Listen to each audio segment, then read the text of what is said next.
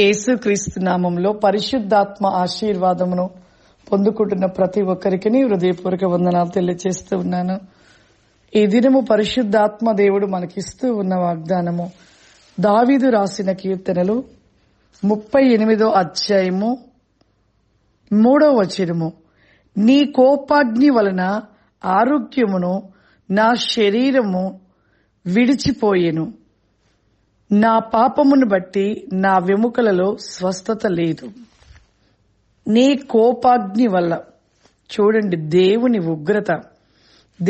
ఉగ్రత మన మీదకి వచ్చింది అనుకోండి, ఖచ్చితంగా మన జీవితంలో ప్రతి విషయంలో అపచయమే ఉంటది, ఆరోగ్యము ఉండదు. ఎప్పుడు మన జీవితంలో మన శరీరంలో ఏదో ఒక అనారోగ్యాన్ని కలిగించబడుతూ, దేవుని ఆశీర్వాదం లేని జీవితం ఎలా ఉంటది? ఎప్పుడు ఆరోగ్యము ఉండదు. మన జీవితంలో ఎప్పుడు ఏదో ఒక సమస్యతోనే ఉంటాం. మన జీవితంలో దేవుని మాట వినక, దేవుని మాటకి లోబడక దేవుని ఉగ్రత పాలవుతూ ఉన్నాం. ఎంతో మంది కూడా దేవునిలో ఉంటూ ఉంటారు, కానీ ఆయన మాట వినరు, ఆయన ఒక మాటకి లోబడరు. లోకానుసారమైన జీవితము, పాపపు జీవితము.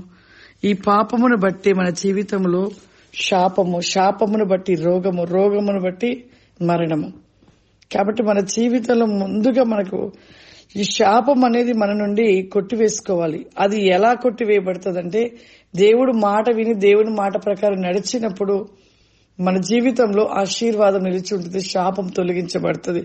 అందుకే ఇక్కడ నీ కోపాగ్ని వల్ల ఆరోగ్యము నా శరీరము విడిచిపోయేను, నా పాపమును బట్టి, చూడండి, నా వెముకలలో స్వస్థత లేదు. పాపమే మన జీవితంలో, మన శరీరములో అయినను, మనకి అనేక నష్టాలైనను, అనారోగ్యమైనను, ఇంకా అనేకమైన సమస్యలు కూడా మనము చేసిన పాపమే మనకి కీడుగా, శాపంగా నిలిచి మన జీవితంలో ఎప్పుడూ అపచయంగానే ఉంటూ ఉంటది. కాబట్టి మన జీవితంలో దేవుని మాట విని లోబడి ఆయనకి ఇష్టకరంగా మనము నిలిచి ఉన్నట్లయితే ఆశీర్వదించబడతాము. ఈ యొక్క అనారోగ్యము మనకు ఉండదు, ఆరోగ్యవంతులుగా మనం నిలిచి ఉంటాము. ప్రార్థన చేసుకుందాం. సర్వశక్తివంతుడైన దయగల తండ్రి, గొప్ప దేవ, పరిశుద్ధాత్ముడా, నీకు వందనాలు చెల్లిస్తున్నానయ్యా.